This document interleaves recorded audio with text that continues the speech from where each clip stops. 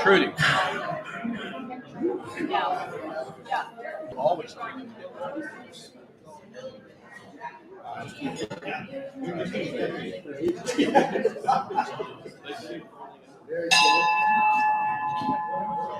Hello, everyone.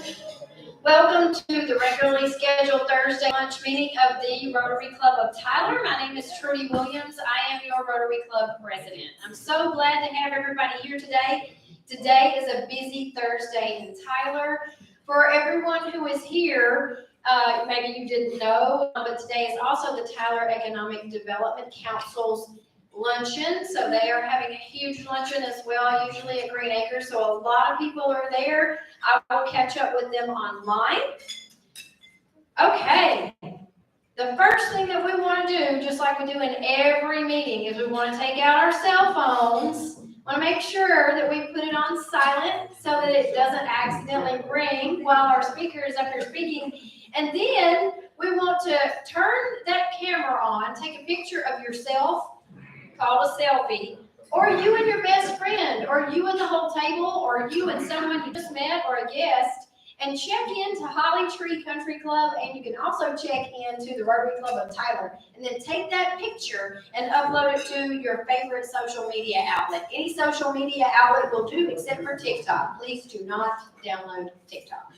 We are not TikTokers in here. Okay, I want to give a special thanks to our lovely pianist today, Karen McGee. Thank you so much. It's always nice to have wonderful intro music, and please make sure that we thank our wonderful greeters today, Curtis Scudder and Kim Pascal. You should have been greeted as you walk through the door. And now I'd like to call to the podium our immediate past president, Allison Camber. He's going to lead the Pledge of Allegiance and the National Anthem. Thank you, President Ricky. Let us stand and face the flag against the wall. I pledge allegiance to the flag of the United States of America and to the republic for which it stands, one nation under God, indivisible, with liberty and justice for all.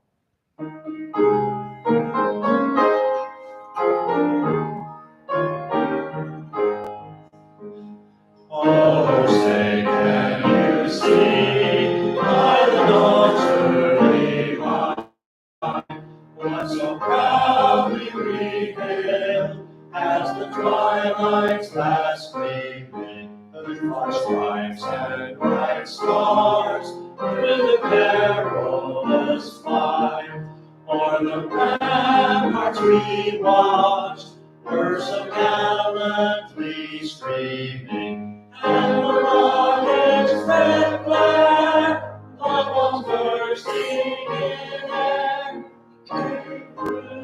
through the night, our flag was still there.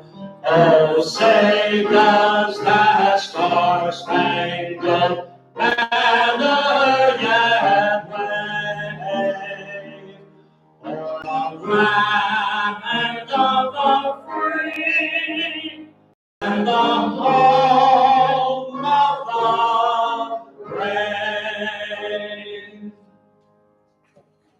Thank you, Allison. And now I'd like to welcome David Nichols to the podium. He's going to lead us in our invocation, and he's going to do our introductions.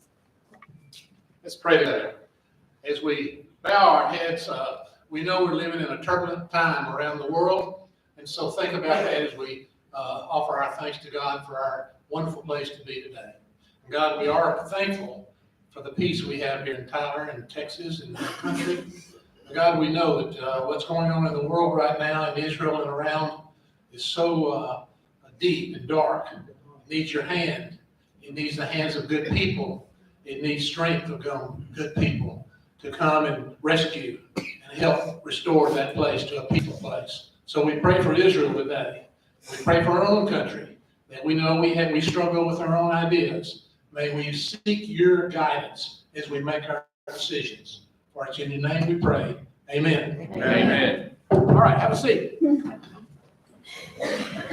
Yes, sir. I want to introduce our guest today, Van Graham. If he stands up, he gives his life a move to Tyler. He's the retired dean of the business school at Gardner-Webb University near Charlotte, North Carolina. So let's welcome him. Thank you.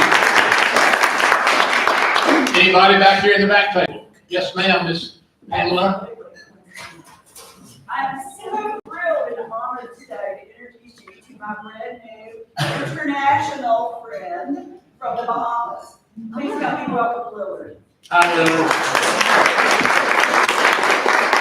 She just told me that she has been in the Bahamas that are in Rotary, and she said she's got a pretty high.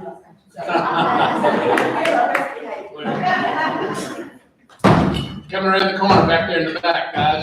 Cody, anybody there? Over there in the back, on the back table? Speak up. Yes, I have my friend here, Allison, and this is Allison Wallace.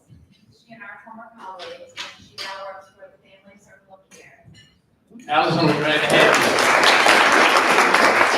you. Over here, Rebecca, you have someone to introduce. I do. I have Chantel Jackson, and she wants to tell us what she does. Yes, I am a marketing liaison for Social Health Resources. We're a nonprofit healthcare organization here in the state. And this is her first time visiting Rotary. Wonderful! Allison, who do you have today? I have the mighty organ grinder of the Marvin Methodist Church. His name is Jonathan. Jonathan Story. So glad to have y'all. Anyone else? Did I miss anybody? Any Rotarians visiting today? Thank you, guests, for coming. Thank you, David. And at last minute, I'm so glad we did not have to skip over this week. We know that this is one of our favorite parts of the week. So coming right on in just the nick of time is Paul Gleiser with This Week in History. Fresh off the radio in Dallas, here I am. Starting 12th of October, 1492. May I have a guess? Believing that the world was round and believing that only the Atlantic Ocean lay between Europe and China and India, Spanish explorer Christopher Columbus landed at the present-day Bahamas, believing he had reached Asia. Europeans wouldn't learn of the Pacific Ocean until Balboa found it after crossing the Isthmus of Panama in 1513. On the 13th of October, 1792, 300 years later, the cornerstone for the White House was laid. It was not, Joe Biden was there. It was not occupied until 1800 when he helped John Adams and his wife Abigail move in. Almost nothing of the original interior remains, but the exterior stone walls are 100% original. Which stone is the first cornerstone has been lost to history. On the 14th of October, 1962, photographs taken by an American U-2 spy plane during a routine reconnaissance flight over Cuba revealed incontrovertible evidence that the Soviet Union had stationed nuclear-tipped missiles 90 miles off the United States coast. Thus began the Cuban Missile Crisis, during which, until the Soviets capitulated 2 weeks later on October 28th, the U.S. and the Soviet Union came perilously close to nuclear war. On the 15th of October, 1951, I Love Lucy appeared for the first time on the CBS television network. 72 years later, the program has never been off the air and is available daily on very nearly every TV set in the free world.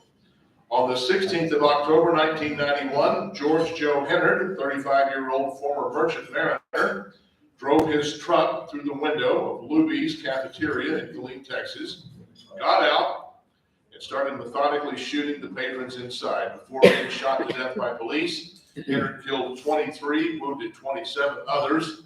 The incident led directly to the passage of Texas's concealed carry gun law. On the 17th of October, 1931, though he was guilty of multiple murders, bootlegging, extortion, bribery, and kidnapping, it was the more easily proved crime of tax evasion that got Al Capone sentenced to 11 years in federal prison. Suffering from syphilis, he was released in 1939, lived until 1947 in very poor health. And finally, on the 18th of October, 1977, in a game that would earn him the name of Mr. October, New York Yankees outfielder Reggie Jackson hit 3 home runs on 3 pitches by 3 different Los Angeles Dodgers pitchers in Game 6 of the World Series. According to LA Times sports writer Jim Murray, the first homer, a line drive to right off of Bert Newton, he said it would have created cross-state lines and gone through the side of the battleship.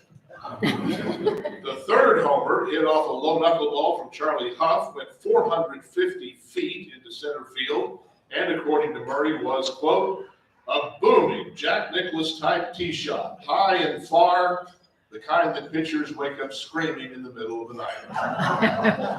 Birthdays in the coming week, starting tomorrow, 3 tomorrow. Singer Paul Simon turns 82 tomorrow.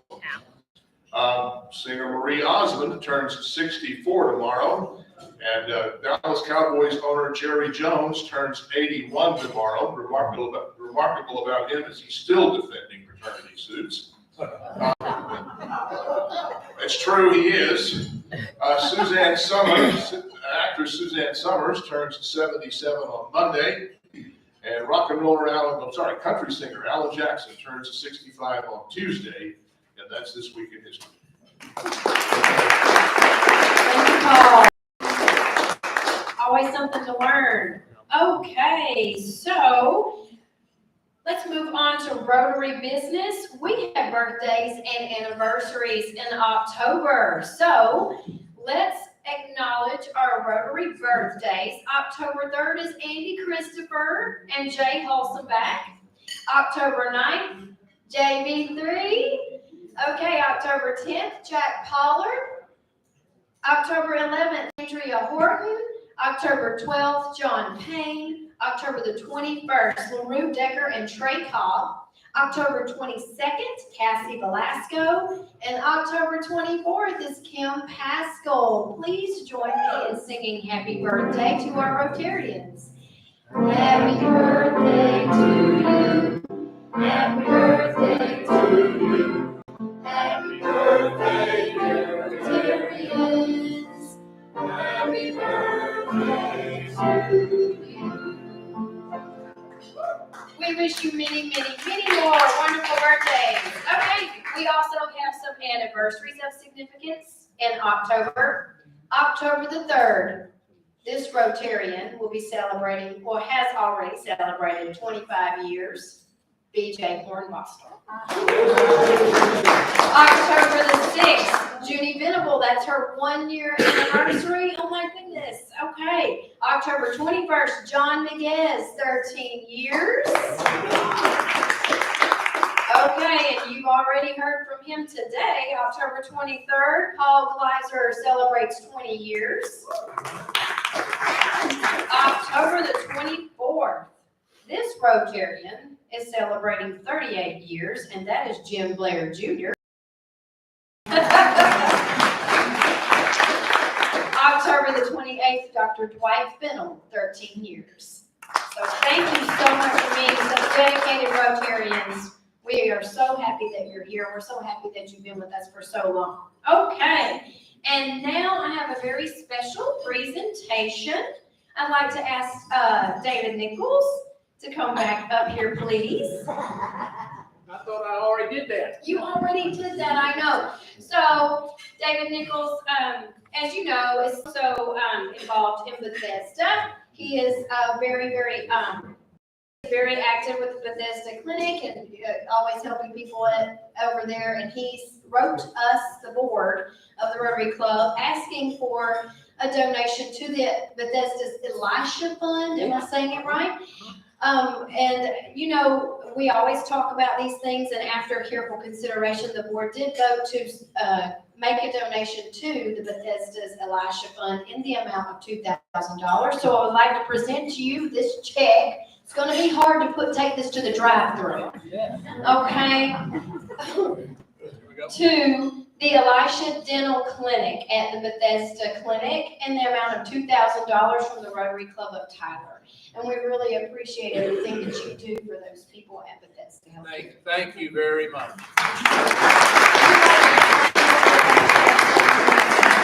Well, it was a Nichols Fund.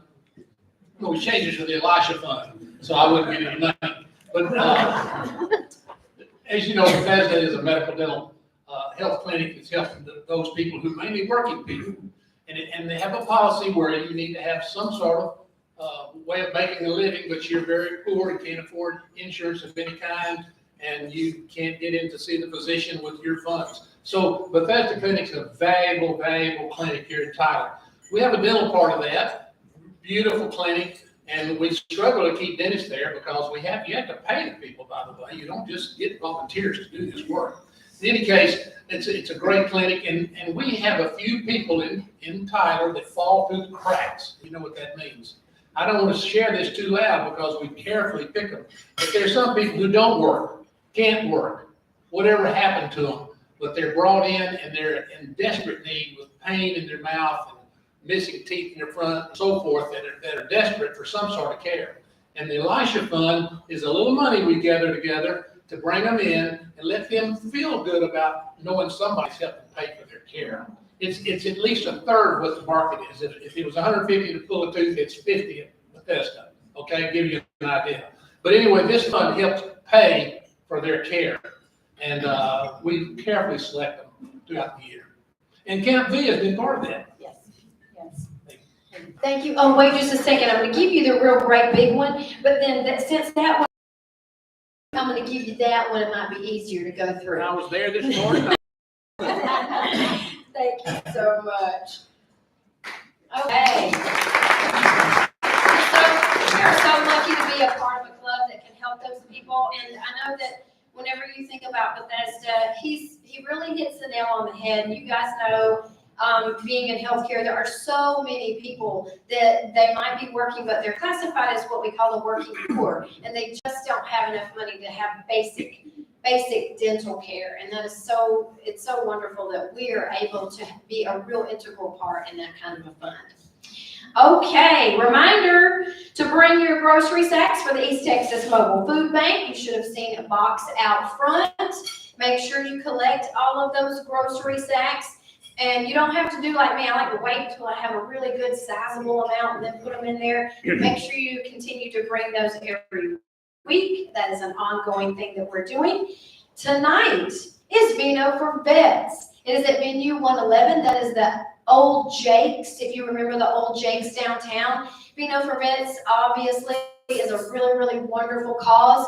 If you don't have a ticket yet, you can still get one. Several people were asking me that today. They were like, oh, I don't have a ticket. Can I get one? Sure can. You pay at the door. They are not going to turn you away. So come join me. I will be there. All the cool kids will be there. So if you don't go, you're going to have fear of missing out. Don't want to do that. Okay. Need your volunteer hours for September. Make sure if you volunteered any time in September, you email those over to Holly. We need to do that. And this weekend, raise your hand if you are going to the district conference this weekend. Oh, yes. Okay, guys. Just like tonight, all the cool kids are going. So this week is the district conference. District 5830's Rotary Conference is going to be in Athens, Texas at the Athens Freshwater Fish Hatcheries. They do have a reception tomorrow night. I'm looking forward to seeing so many people from so many clubs across the district. We are a huge club in the district. So big, we get 5 electorates, we get 5 delegates that get to vote on all the different things that are happening. I'm really excited to be there. They will know us when we come because we always have a really good showing, so it's going to be a fun time. Really excited for that. East Texas Philanthropy Day is November 13th. The Hibbs Family Foundation is going to be honored at the luncheon at the W.T. Brookshire's Center. Board members, we already do have a table. If you want to go, please let Holly know. If we get enough additional people that want to go, there's a possibility that we can get another table We definitely want to have a good turnout to that event because Bill Gibbs Jr. is one of our members and his family foundation is being honored. October the 19th is going to be our vocational visit to Champions for Children. Remember, our very own member, Andrea Horton, is the executive director for Champions for Children. That's going to be fun. She's going to give us the royal tour. We're going to have box lunches that day, just like we normally do for our vocational visits, and those are going to come from Nukes. So if you haven't already signed up for your box lunch, and let Holly know, please do that as soon as you can, and then go ahead and decide what you want so that she can have that ready for you. And I think the order form and prepay, you gotta do that by October the 12th, and that's Today. So by today, no later than 5 p.m., please let Holly know what you want to eat. Okay. All right, and I do have a special guest, Jonathan Story. Allison tried to claim him as his special guest. But I just want you to know that Jonathan actually contacted me. And I invited Jonathan to come and be the special guest. He's got an announcement from Marvin United Methodist Church. Thank you, Trudy. Thank you so much for your hospitality and Rotary for your hospitality. I have not ever been fought over like this. So it's really, it's really great. But Marvin Methodist Church in downtown Tyler has been a mainstay of the Tyler community for 175 years. And we celebrate our 175th anniversary formally on Sunday, November 12th. But we're going to start off the celebration with the Voices of Tyler Hymn Festival. And I've left little postcards on your tables. Please take those with you. We'd love to have you come and we'd love you to bring 5 or 10 of your closest friends. But basically what this will be is we've invited singers, choirs from around Tyler to join us. The Tyler Civic Chorale will be there. We have several denominations that will be represented along with the Marvin Chancel Choir. And it's going to be about an hour-long program at 5 p.m. on the 29th. It's a free concert, and it's Marvin's offering to Tyler and to the community for our 175th anniversary. So we have Dr. Jason Thomes is coming in from North Dakota, and Dr. Thomes and I were longtime associates. He and I did a hymn festival at Carnegie Hall several years ago together. So I'm looking forward to working with him. But we're just looking forward to a night of worship, a night of great music and fellowship, and we hope that you can join us, and I just want to personally invite you to be there. Thank you. Thank you, Jonathan. 175 years, that's a long, long history of ministry. Yes, Bill?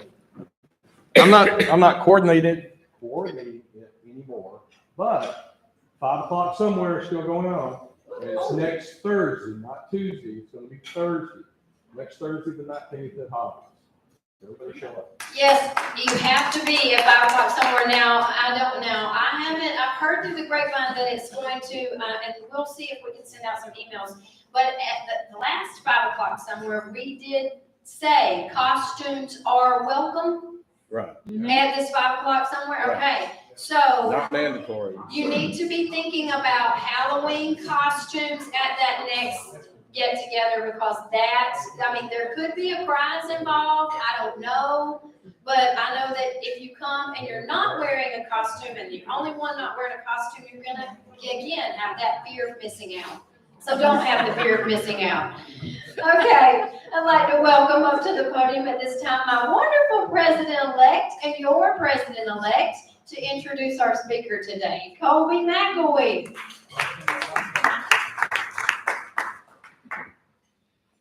Today, I have the privilege of introducing one of our members, Susan Campbell. She is the co-founder and board chair of Camp B, and she has brought with her, Joseph Burton, who is Veterans Services Coordinator. They're going to be speaking on Camp B. It's a wonderful organization here in town. We've all had a lot of help in helping them with the Air Fest and everything like that. They do a lot of great things, and so now I'm going to invite up Susan Campbell.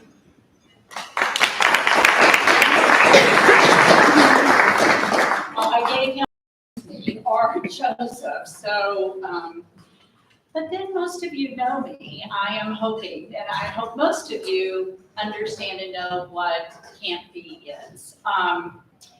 You've been very instrumental, this particular club, in helping Camp B grow and provide the services that they are now currently doing. So I can't wait to show you those numbers because it's pretty astounding, to say the least. And you remember when we were here just beginning, and this was not, it was beyond an idea, but we didn't know what the proof of concept was going to be. And now we do. I thank you so much for your individual contributions that you have done to Camp B. David, what you have done at Camp B in terms of the dental care. And then all of the sweat equity that you guys have put in, because it was truly sweat equity at the air show. That was, this last year was pretty brutal, to say the least, but it was very successful. This is our third year. We have doubled and tripled the ticket sales and our fundraising. So thank you again. You're an incredible club, and it's so very fun to be here to speak on behalf of Camp B. I know it was supposed to be Trent. We are just pulled in so many ways, and so they're over at the Economic Development Luncheon, and I, though, get to have the great pleasure of introducing Joseph Barton, who is our newest member at Camp B. I'd like to first ask those of you who are veterans to stand up, if you don't mind, and let's remember those who have served us.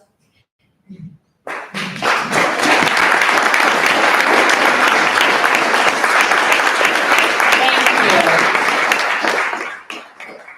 I am just a very grateful civilian because, David, your prayer was so wonderful, speaking about peace, and we have that due to these veterans and those that are now serving. It's just an impossible thing. It's hard for me to wrap my head around what that entails and what they have sacrificed and what they have gone through.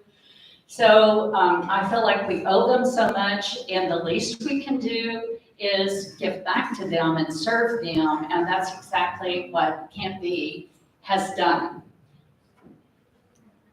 So what we have done is build a gap. And for those of you who don't know who Camp B is, it's a one-stop shop. It's veteran services and resources.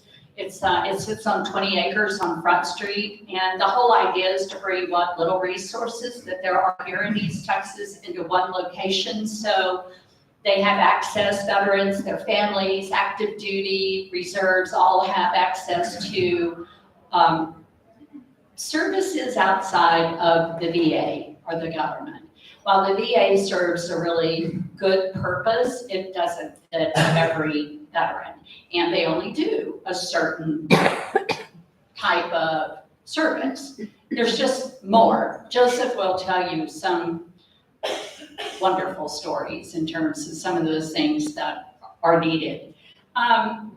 So my other co-founder is Lieutenant Colonel Jim Snow, remarkable man, retired from the Army, has never stopped serving. Even after he came out of the service, he started the Tyler Veteran Committee, Chamber Committee. And you just heard Dr. Young speak a couple of weeks ago about making Tyler a military-friendly city. So I feel like Camp B has really led the charge in bringing awareness about how many veterans we have in East Texas, the lack of resources, but what is there, have collaborated together, and then this community really embracing and stepping forward to ensure that we have developed a new model for veteran care. So it started back in 2010. Then Dr. Young, Lieutenant Colonel Jim Snow, Barbara Bess was the mayor at the time, and they were saying, boy, we got a lot of veterans and maybe we need to do something for them. So then fast forward to 2017, Jim and I served on the Red Cross board together. We had coffee at Starbucks and he said, here's an idea. And I thought, well, that sounded pretty good. And so we got involved. We started building a board, looking at resources and saying, what do you think about collaborating? Because we didn't want to replicate any of the services. Simultaneously, Texas Veteran Commission divided our state into 8 regions, and they did a veteran study. Now, some of your money goes to, from the lottery tickets, goes to that fund, and it's for veteran assistance. And they said out of 8 regions, East Texas is the second largest concentrated population of veterans. So, pretty big. But worse, well, that's good. The bad part is we were the most underserved. So that's what's left us in, rural America here with no military bases and resources. And that's what we've done. We filled this gap. We're like an outpost, I guess you would say. And we opened in officially 2019. It was in November. And then we had COVID. So all the first year, actually, I think worked out well for us because we were building that plane as we were flying, and we didn't exactly know what all we were doing. We just knew that veterans needed help, and how are we going to get that for them? So it gave us a lot of good time to figure out what they needed, who the resources would be. Our board was a really hard-working board. They were really recruited to build capacity for employment, mental health, transportation, housing, those kind of things. So we would have those resources to go to. So the whole first year of 2020 that we were really operational, we served 300 veterans. So that's good. Now, here we are. So this is just 2.5 years. We've done 2021 to August of 2023. And so we have had an increase, 89% of new clients. A 618% now, and I don't know why that does not show up here because that doesn't seem like that's nearly enough, but in returning clients, and then a 221% increase in total appointments. So what that means is that not every veteran is broken. And that's important for people to know because that's what pulls the heartstrings. We know the suicides are terrible. It's so unacceptable. And I think it's being reduced maybe to 21 a day versus 22 a day. But that's only 10% of the veteran population. The others may do just fine, or they run into circumstances that are challenges, and they do struggle for a moment in terms of that. But you'd be surprised at how many of the Vietnam veterans come through Camp B, and they've never even gotten any kind of benefits. They have not asked for anything. Female veterans are the same. They hardly identify as being a veteran, and they don't ask for help. So we've built a whole, women's veterans building, and it is slowly taking shape, and we have all sorts of fireside chats and healthy living, and those kind of programs that are going on. 1 in 5 females have had military sexual trauma. Most of the suicides happen the first year of transitioning. It's hard. So again, if you get the right resources, you can go on and be very, very successful, and most do. But there are many that do not, and they struggle so much with mental health. I think everything that we do at Camp B impacts mental health because it's all to support them. So a couple of other things. We had our biggest month last month. We had 601 veterans come to Camp B. Now they're returning because we have more programs. for them, and we'll get into that. And we now have the fitness center. So that is just really taken, I think we have over, how many do you think? Close to 400. 400? Well, that's gone way up since I asked that last time. So, so last month was our biggest, 601, 227 of those were new clients. So I don't think anybody could be more astounded than I am. I mean, we knew when Jim and I walked onto that 20 acres and I saw those buildings and I saw the vision. I truly, I'm going to take responsibility for that because I'm really like, oh, no. But I saw it. It was like, build it and they will come. Jim rolled his eyes at me. If he was here, I'd say that right in front of him. He's like, you know, I'm like, yes, but Jim, we can do this, we can do that, we can do this. Well, here we are with this resource center and 9 service providers. A green zone, which has Rally Point. Oh, you're going to get into the, or am I getting into me? Rally Point. We serve about 100 veteran and family members every Tuesday called Rally Point. So they come for lunch, and so those are some of our returning, you know, veterans. But sometimes it's the first time they've ever even seen Camp B.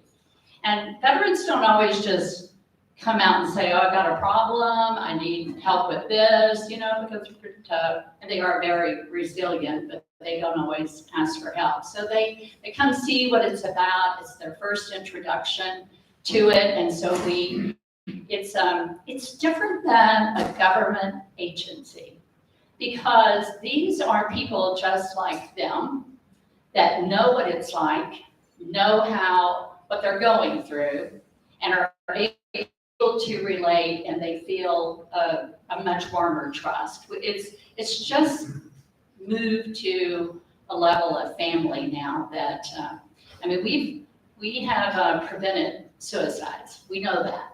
We've been told that. So it's just an incredible journey for me. I didn't grow up in a military family, but my experience was more Vietnam, and I lost 2 friends to suicide. So I'm very touched by that. I'm very emotional, but I've learned so much about veterans. I'm telling you, most of them learn to live with pain.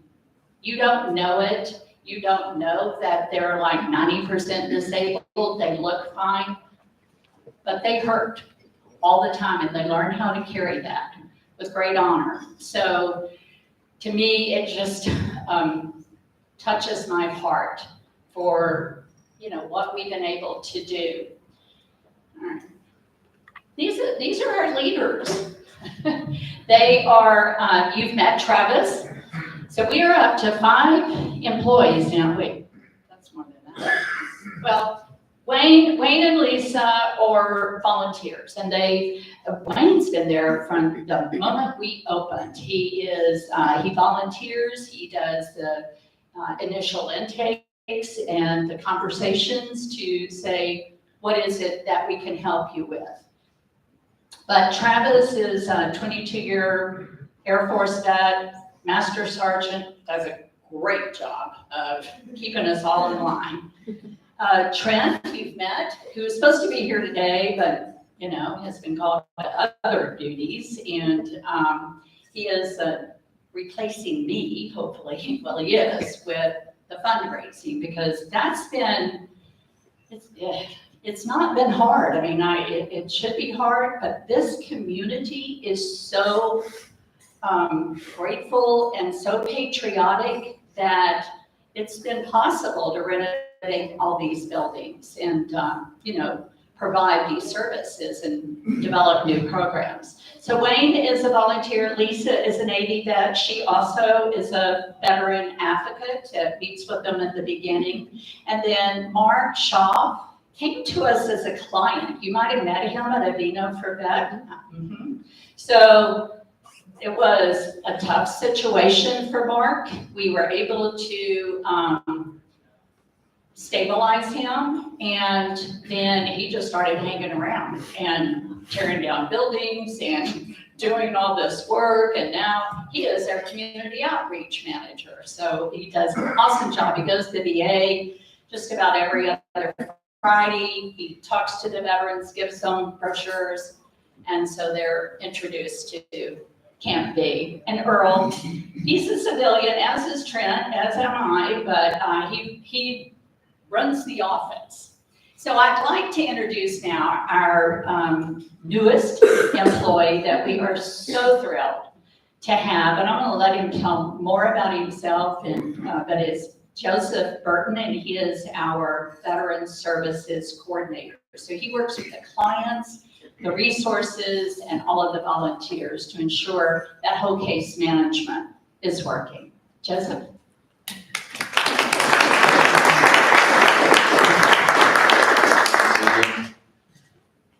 So, as she said, I'm Joseph Burton. I'm the new veteran service at Camp B. I'll just do a little brief about myself. I'm originally from Lexington, Kentucky. I had a partial scholarship to the University of Kentucky, and my parents said I was an 18-year-old going straight into college. I didn't listen. Didn't work out so well, so I was like, what am I going to do now? So I walked into an Army recruiting office, and they were ready to put me on a bus that day. And I was like, don't think I'm ready for that yet. So it took a little bit of time. I ended up joining the Air Force. Went in as a security forces apprentice. I did 3 combat tours to Iraq, 3 to Afghanistan, and then I transitioned to the Security Forces Phoenix Raven program. So we did global security on cargo aircraft. So we did embassy supply runs, flew around the CIA director, NSA director, Secretary of State, Secretary of Defense. So I've been to 68 different countries. I've traveled the world, and it's been a great experience. Then I got transitioned into recruiting, ended up retiring out of Houston, Texas, made my way to Fort Worth when I got out, because I had family there. Met my now wife in Fort Worth, and she's originally from the great city of Tyler, Texas. And she wanted to be closer to family, and I was like, Tyler, Texas.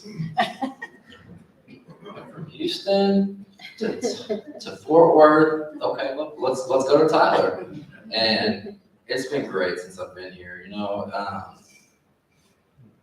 I'm from Lexington, which is a big, small town, and Tyler has that feel. You know, I walk into, I mean, I've only been here for a year, but I walk into grocery stores and people know me. I'm like, how do you know me? I'm terrible with names, by the way, so if I don't remember your name, that's why. But so I was like, what am I going to do in Tyler? So I took a job doing sales, and it just wasn't for me. You know, it wasn't checking those boxes for me. I was on Indeed and I saw Camp B, so I applied for the job. I was like, I don't know what it is, but veterans. And then after I applied, I was like, I started looking more into Camp B, and we have Workforce Solutions on Camp B's campus. And I was like, well, I'll go there and see if I can't get tied into a job here in the local community. And I did. Then I got the call from Travis. Hey, we'd like to come in for an interview. And I was like, okay. Worst interview I've ever had in my life. There were 6 people in there, and I'm like, what is this job I'm applying for? Why am I getting grilled? I mean, I sat in front of 2-star generals, and I felt more comfortable than I did in that interview. So of course, I'm sure the majority of you met Travis. He's very stern and, you know, doesn't show a lot of emotion, even though he's very emotional, just so you know. So he says, well, we'll call you and let you know. And I was like, well, on to the next one, you know. So I had some other interviews lined up, and he called me to come back in. And part of me was just so elated. And it wasn't because the pay. I mean, we're a nonprofit, overwork, underpaid. I mean, everybody knows how nonprofits are. But that's not what I was looking for. It wasn't the pay. It was an opportunity to change the narrative of so many lives. And we have a lot of veterans here. I know every single person in here knows a veteran, whether it's a family member or friend. If you don't know a veteran, we do now because there's several in this room. So we can all say we know a veteran. Long story short, I got the job at Camp B. And I've been there a month and a half, and every day that I go home, I feel that I've accomplished something. I can lay my head down, I can sleep at night knowing that I made an impact on someone's life. And I'm going to share a couple of stories in just the short amount of time that I've been there. Do we go to the next, yeah? A couple of these stories are before I got here, but I know very well, I know everything about these stories. So we had a terminally ill patient suffering, a female veteran suffering with cancer, 3 children. She couldn't pay her rent. She was behind. We were able to get her caught up using Camp B funds and grant money to go a step further. Not only did we help, we don't put Band-Aids on things. We got a TBC grant for $250,000 to help veterans. We called her because there was new programs. We called her to see how we could further assist because we had a new pot of money that we could assist her with. She is now caught up on her rent. She's doing well. She's now in remission and thriving. And that was Camp B taking that stress off of her about the financial stress. And everyone knows financial stress can do a toll on any individual. We received help with financially providing air conditioner for a visiting vet. These are small stories. Out of town clients drove from Abilene for services. Better, preparing to leave, but found Camp B services and decided to stay permanently. So they moved to Tyler. That's how big of an impact Camp B. They moved to Tyler because they felt that not only the community, but Camp B was here to support them. And that's all people need. Veterans need just that support, that sense of belonging. Single mom need housing, found employment, and we helped with VA services. She's doing well. We follow up with these individuals. It's not, like I said, it's not a Band-Aid. You're a family member once you come to Camp B. Now, our most recent event was our homeless stand down. I'm sure you all saw it on the news if you watched the news.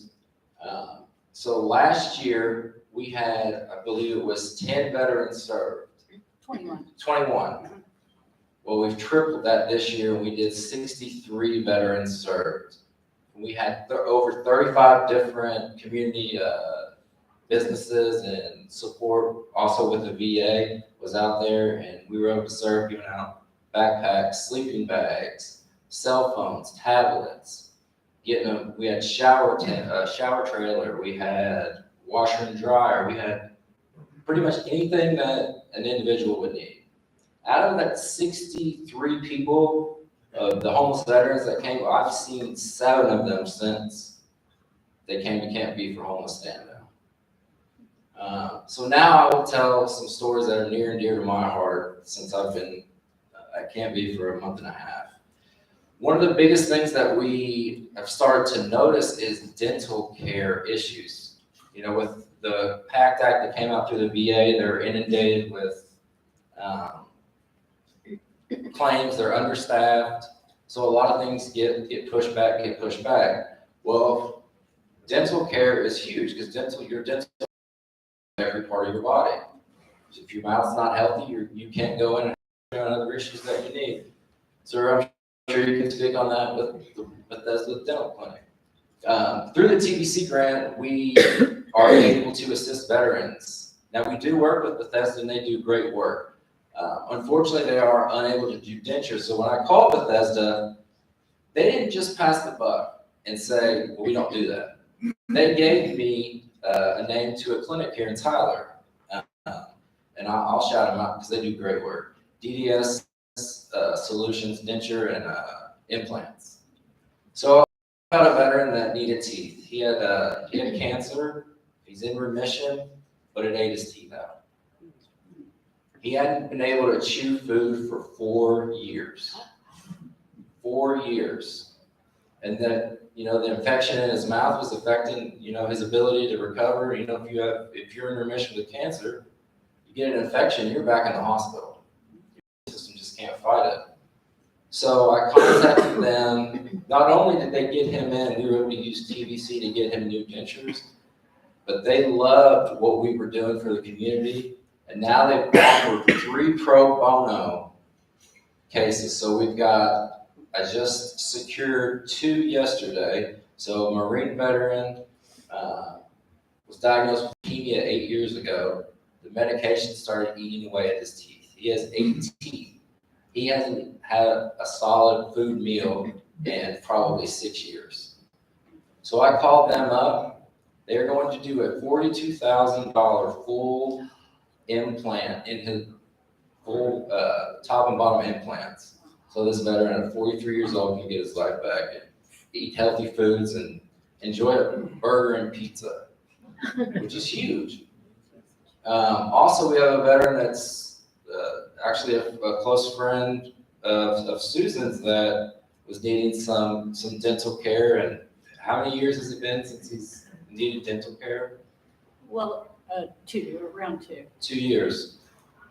He went yesterday to get the consult. He now is getting a full set of top and bottom dentures for free. And we have 1 more. So if anybody knows any individuals that need dental care that are veterans, send them to Campbell. I can't explain to you what impact that Campbell has. I mean, I could sit up here for hours telling story after story. I don't know how many times that I've sat in my office and just listened to these stories of, it's not that they're asking for anything. Veterans don't want to ask for help. But if you actually sit down and you listen to their story and allow them to talk and actually listen and not just think about what's the next thing I'm going to say, you can understand and you can figure out. And this goes for any aspect of life. Just listening is a lot more powerful than talking. I've had people break down and cry. I've cried in my office with some of these stories. But we go above and beyond at Campbell, above and beyond. If we can't figure it out, we're going to find a way. If we don't have the resource, we're not just going to say, hey, we can't do it. We're going to call, we're going to reach out to this great community. And I don't know if there's been a time that anyone that I've called has turned us down for help. But we're growing. There's a huge veteran population. Veteran population and just population in general is migrating towards East Texas. It's for a reason. 1, they want to get out of the city, but 2, they want to feel like they have a sense of community. They're not just, just a number in a rat race, chasing whatever dream they have. Here is a place to find that dream. And veterans need to be our biggest priority. And that's what Campbell's here to do. And Susan's going to talk more. But just know we are doing amazing things, and I'm so proud to be a part of it.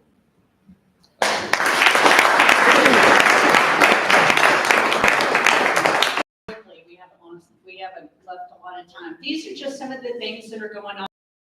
We talked about $50,000 in financial assistance. You'll see that go because of our grant that we got from TVC, who, by the way, came out and did a tour. And they were amazed and said, gosh, we need more of these. Yes, we do. So, the air show, we had the dog service training. I think we've had like 5 classes that have graduated, and we've just started the equestrian veteran. Just wanted you to see this. This was one of, we had lunch there. If you guys will recall, this is now the inside where you have lunch, and down there is the whole mat area where they have jiu-jitsu, yoga, those kind of things. So now we have 400 people that sign up. It's free to veterans and their family. It's just a fob for $20 to come.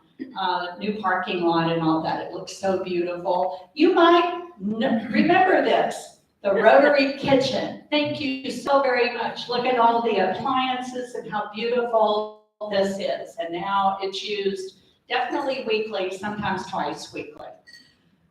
These are what we're working on now. We're trying to finish up a backyard patio behind the women's building, huge deck, outdoor kitchen. The idea is a connection for these families to continue to meet each other and to continue to feel that fellowship that they had in the military. The chapel and fellowship hall, big news this week, we now have the Garrett Chapel coming soon. So we could not be more thrilled that this is going to provide help with the moral injuries, also the spirituality, and also a fellowship hall where when we have a homeless stand down, we don't have to do it outside and worry about rain. We can have all sorts of different events there.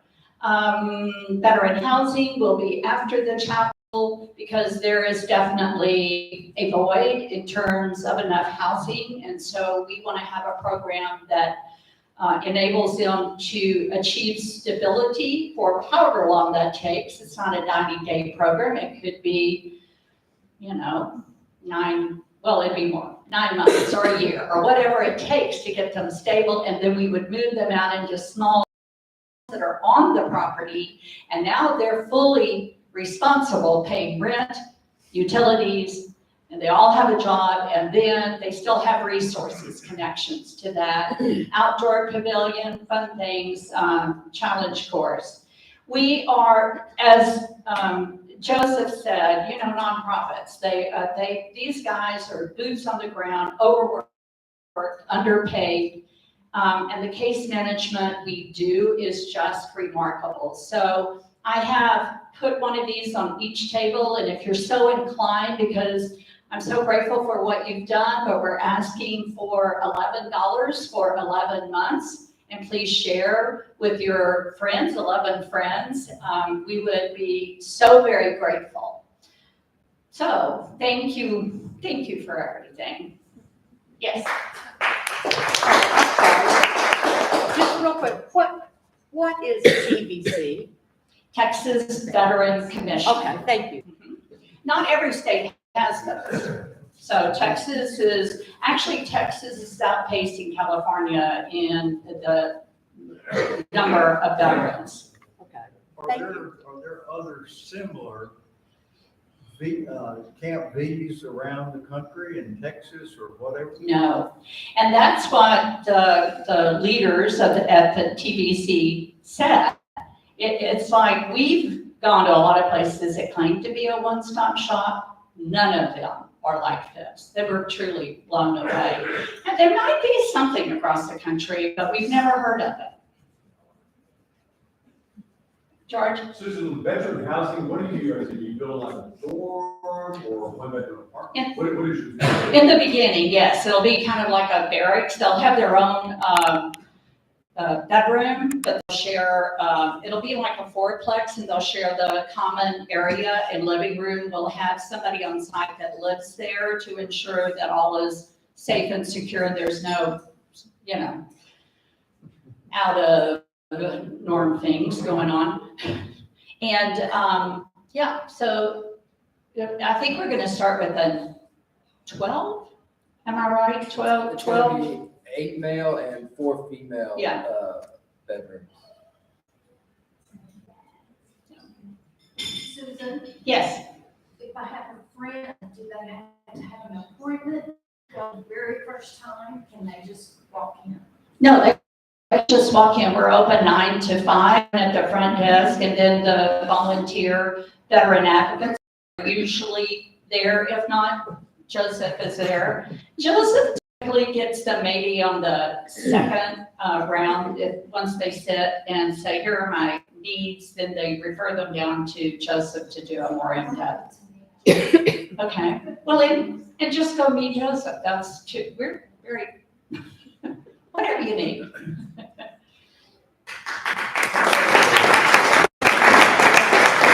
you so much. Oh my gosh. And that's awesome. And we are obviously big supporters of Camp V. This is a really, really great, for those of you that are visiting, I'm so glad you all got to hear the presentation about Camp V and everything that Joseph and Susan was telling you. You can't know just how important it is to have really good dental care, and you also have no idea how few insurances, and Medicare doesn't, pay for people to have proper dentition. So you would think that that's something that they have, but I'm just really, really glad that we are supporting both the Bethesda Elisha Fund for the dental clinic and Camp B, because it's so important.